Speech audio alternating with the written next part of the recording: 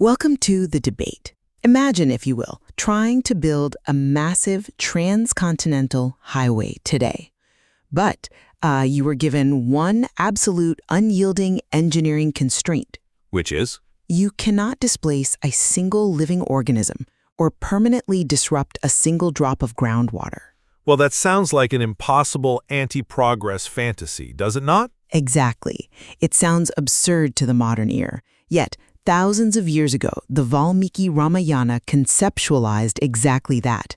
We are evaluating the fundamental standard of modern progress and global infrastructure today. Yes, and specifically looking at it through the eco-aesthetical ecosophy of this truly remarkable pre-modern text. Precisely. So the central question we must grapple with is quite provocative.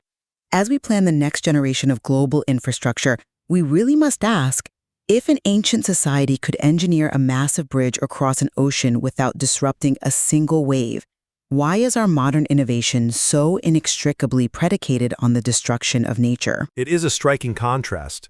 I will argue that the path to true development requires us to adopt the epic's rigorous non-dualistic standard, where human survival is understood to be completely dependent on preserving the holistic ecosystem we build upon. And I will counter that, well, while the epic absolutely provides a profound ethical orientation against human supremacy, applying its absolute standard of zero ecological disruption as a literal blueprint for modern infrastructure, it misinterprets its eco-aesthetic wisdom. It simply ignores the practical reality of human advancement. Let us establish the philosophical scaffolding of this epic immediately, right? It is deeply rooted in Advaita, or non-dualism. A crucial starting point, yes. Because when we use a term like Advaita in this context, we are not merely talking about a vague, poetic respect for trees. Oh, certainly not. We are discussing a rigorous epistemological framework where the human engineer and the ocean are fundamentally woven from the exact same cosmic fabric. Indeed, the distinction between the self and the environment is entirely dissolved. Exactly. Therefore, the displacement of the ocean is quite literally a displacement of the self. That brings us to the monumental engineering feat of the text. Rama must cross the sea to reach Lanka. Right, the construction of the Ram Setu. Yes.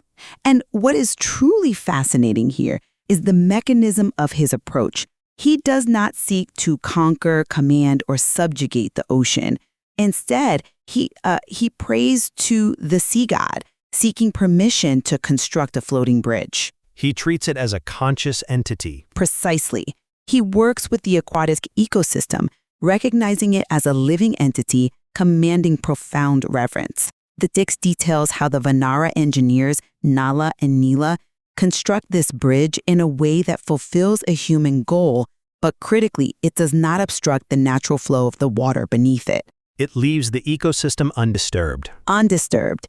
Modern infrastructure, by stark contrast, relies on mass clearing, deep tunneling, and the absolute displacement of biodiversity. I humbly submit to you that this is a supreme violation of Dharma, or cosmic righteousness. I acknowledge the brilliance of that conceptual framework. The notion of Advaita serves as a powerful corrective to our modern, reductionist tendency to view nature merely as a commercial resource awaiting extraction. It is the only corrective we have. But I must robustly challenge the leap you are making here. To treat the floating bridge as a literal engineering constraint for 21st century global infrastructure is, quite frankly, an intellectual overreach. How so?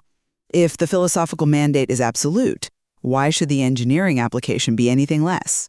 Because we must examine the broader reality of built environments as depicted by Valmiki himself. Now, if you are a modern urban planner listening to our deliberations, you might be thinking, well, this is a beautiful poem, but I cannot build a functioning hospital or a transit network out of interspecies bonding. The text does not ask us to abandon society. Exactly. And the text actually supports that pragmatism.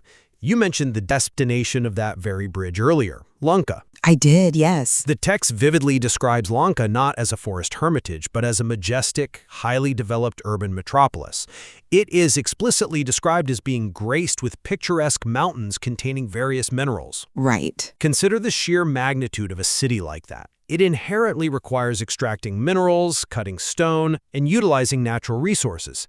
Yet Valmiki tells us Lanka maintained its rich biodiversity. Its gardens were infested with birds of every species, commuted by herds of deer, and perpetually covered with flowers. But observe who built and inhabited Lanka. The ogres, precisely. And that only underlines my point. Even an empire of antagonists. Wait. Let us follow that exact analogy regarding Lanka to its logical and perhaps devastating conclusion. Go ahead. You correctly note that Lanka was inhabited by ogres, entities that represent the unrighteous, disruptive forces in the epic. Yet, their city was meticulously maintained, deeply integrated with greeneries, groves, and diverse creatures. Yes, it was an aesthetic marvel. I put it to you then, if even the unrighteous ogres of the ancient world understood that their urban environment must remain ecologically integrated, what does that make our modern developers? That is rhetorically striking, I admit. It is more than rhetorical. Look at our modern concrete, sterile, biologically dead urbanization. We pave over wetlands to build shopping centers that flood every monsoon. Well, urban planning failures are... If the standard of the antagonists in the Ramayana was a city teeming with floral and faunal life despite mineral extraction, our modern paradigm is an act of supreme Dharma. We fall dramatically short of the ecological standard maintained by the very villains of the epic. The comparison is sharp, undoubtedly, but it obscures the practical necessity of managing an ecosystem, which the text also explicitly details, I might add. Managing, perhaps, but not obliterating. You speak of a dharma as if any intervention is a sin. Let us examine how the text handles violence and ecological management. I fully accept that the text strictly condemns the senseless, unprovoked killing of innocent animals. Uncategorically. We see this right in the foundational maiden episode, where sage Valmiki curses the fowler to suffer lifelong misery simply for killing a heron bird in the midst of mating. The senseless destruction of natural harmony is indeed a crime. A cosmic crime, yes. But the ecosystem depicted in the Valmiki Ramayana is not an untouchable, pristine wilderness under glass, where humans refuse to intervene. Rama himself engaged in violence within the forest to protect the broader ecosystem. He protected the innocent. Yes, he specifically hunted and killed ogres who were systematically destroying the hermitages, polluting the waters, and threatening the innocent sages and forest dwellers. This manifests a highly pragmatic, actively managed ecosystem. I fail to see how that justifies modern deforestation. Because sometimes targeted disruption or even violence is entirely necessary to maintain the broader cosmic balance. You cannot simply let a destructive force ravage the forest and claim you are practicing non-dualism. I am really not convinced by that line of reasoning, because you are fundamentally conflating the righteous defense of the innocent with the unrighteous destruction of the natural order for human convenience. I do not think it is conflation. It is. Yes, Rama eliminated active threats, but the epic is incredibly explicit about the severe, unavoidable cosmic consequences of destroying flora and fauna for selfish reasons. Let us look at the mechanics of these consequences. You are referring to the curses, I presume. Precisely. Take the episode of Sage Matanga and the Vanara king Vali. Vali engages in a violent battle with a demon in the forest, and in his arrogant display of power, he destroys trees, crushes the foliage, and causes immense bloodshed. Which pollutes the ashram. Exactly. The blood pollutes the ashram of Sage Matanga. The sage does not merely get angry in a human sense. He issues a curse that if Vali ever enters that forest again, his head will shatter. A rather dramatic consequence. But the underlying mechanism of this curse is not vindictiveness. It is a cosmic recalibration. It is the ecosystem forcefully ejecting a toxic element. That is a valid interpretation of that specific event. And crucially, look at the central tragedy of the entire epic, the killing of the golden deer, which is the demon Maricha in disguise. Right. Sita is captivated by its aesthetic beauty and requests Rama to catch or kill it.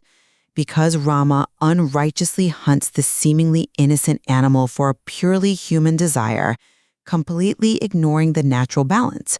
What is the immediate result? The abduction of Sita? Yes, the total fracturing of their lives. They suffer profound, agonizing repercussions for the rest of their days. It was an unrighteous action that broke the mutual bond between human need and natural reverence. I see your point. This proves a vital fact. No one, absolutely no one, not even the central divine hero of the epic, is exempt from the cosmic punishment of ecological destruction. When you build over a forest today, you incur an inescapable ecological debt. I certainly do not deny the tragedy of the golden deer, nor its profound implications regarding Dharma. But let us look closer at that very sequence. Sita herself initially warns Rama against violence when they enter the Dandaka forest. A beautiful demonstration of her eco-awareness. Indeed. She explicitly advises him not to harm innocent beings, lest it lead to adharma. Yet, how does Rama justify his actions? He explains that he is bound by duty to eliminate threats to the ecosystem's harmony. He is acting as a steward. But stewardship is exactly what modern infrastructure lacks. Allow me to finish the thought. Even amidst this stewardship, he befriends Kabanda, an entity cursed into the form of a monstrous ogre. True. Which proves his hostility is solely directed at behavior that disturbs the balance, not the creatures themselves. My broader point here is that the text is not advocating for humanity to stand paralyzed outside of nature. I'm not suggesting paralysis. Well, the sages in their hermitages, sage Vishwamitra in Siddhashrama or Shabari on the banks of the Pampa Lake, they lived intimately within the natural world. They relied on it. They utilized the resources of the forest ecosystem, gathering roots, fruits, and timber. But with respect. Yes, they did so with immense gratitude and an intricate understanding of natural regeneration. And this brings us to the epistemology of the text. And that is exactly where the modern blueprint fails so catastrophically. It uproots the very indigenous epistemology you are describing. How so? True innovation should rely on this intimate, first-hand ecological knowledge, not pave over it with asphalt. Consider the mapping of the world in the text. You mean the search for Sita? Yes. When Rama needs to locate Sita across the vast geography of the Indian subcontinent and beyond, he does not rely on detached abstract surveys. He relies entirely on the indigenous ecological wisdom of the forest dwellers, led by Sugriva. Right. Now, compare this to modern technology. Today we use satellite GIS mapping. We take pictures from space. It is detached and sterile. But Sugriva appointed his chiefs Shadbali, Kesari, Vinata, and Nila, and provided them with exact geographical, topographical, and biodiversity mapping from lived experience. It is a remarkable geographical catalog, I readily agree. It is much more than a catalog. These populations knew the specific usefulness of regional plants, the medicinal usages of obscure herbs, the water cycles, and the behavioral patterns of the fauna. Why? Because they lived in constant symbiotic communion with them. Yes, a deep communion. The modern equivalent of our GIS survey might tell you where a forest is, but Sugriva's chiefs knew what the forest meant and how it breathed. By building over nature with our concrete, our modern infrastructure aggressively destroys this intimate knowledge base. It certainly disrupts it. We lose the lived experience of the ecosystem's functioning. You cannot just bulldoze a landscape, plant a few compensatory saplings elsewhere, and retain the data of that ecosystem. I appreciate the contrast between satellite imagery and lived indigenous knowledge. It is a powerful framing. However, applying what contemporary eco-aesthetics terms the aesthetics of engagement does not mean we must halt structural engineering. Doesn't it? No, it does not mean we revert to collecting roots and fibers in the woods. That is a highly restrictive reading of the Ramayana's environmental treasures. But how else do you engage with an ecosystem if you are simultaneously burying it under concrete? Because the aesthetics of engagement is fundamentally about a psychological and spiritual orientation. It is about recognizing the interconnectedness of mind, speech, and body with the environment. I agree with the definition, yes. So what does that actually look like in the text? It means when Sita is being abducted by Ravana, she does not merely cry out into a void. She specifically pleads with the Karnikara trees and the river Godavari to deliver her message to Rama. She treats the landscape as an active, conscious ally, not a passive backdrop. Exactly, because the landscape is alive to her. Yes, and similarly, when Rama is wandering in grief, he seeks help from the Kadamba, Bilva, and Arjuna trees. He follows the behavioral hints from a herd of deer to track her direction. A profound connection. It manifests an incredibly sophisticated interspecies psychological bonding. My submission to you is that we can achieve this exact same bonding in modern society without halting progress. We can do it through rigorous eco-aesthetics education, through biophilic urban design, and through conservation motivation. We can design cities that foster this exact psychological attunement. But how can one foster an interspecies psychological bonding when the species themselves have been driven to mass extinction by those very urban expansions? Well, obviously we must protect them. You cannot have an interspecies bond if the other species is dead. I am not advocating for extinction, obviously. Defending. The text clearly dictates that natural vistas physically and psychologically affect human temperament. When Rama observes the Dandaka forest, he notes that a serene environment actively harmonizes the mind, speech, and body. Yes, a beautiful observation. You simply cannot achieve that harmony in a sterile, concrete metropolis that has actively displaced the tropical deciduous ecosystems. But cities like Ayodhya in the text did achieve it. Ayodhya was integrated with nature, not imposed upon it. Let us look at the Pampa Lake for a moment. Valmiki describes the Pampa Lake as replete with colorful lotuses, humming black bees, and vibrant aquatic birds. A masterful poetic description. That rich, undisturbed biodiversity is precisely what stimulates the aesthetic and spiritual impulses of the characters. When our infrastructure obliterates the Pampa Lakes of the modern world to construct a new highway or an industrial zone, we do not just lose the birds or the bees. We lose a part of ourselves. I know. We lose our own human capacity for aesthetic and spiritual harmony. We sever the symbiotic connection that underpins the cosmic order. We are quite literally paving over our own psychological well-being. You paint a very bleak picture of modern engineering.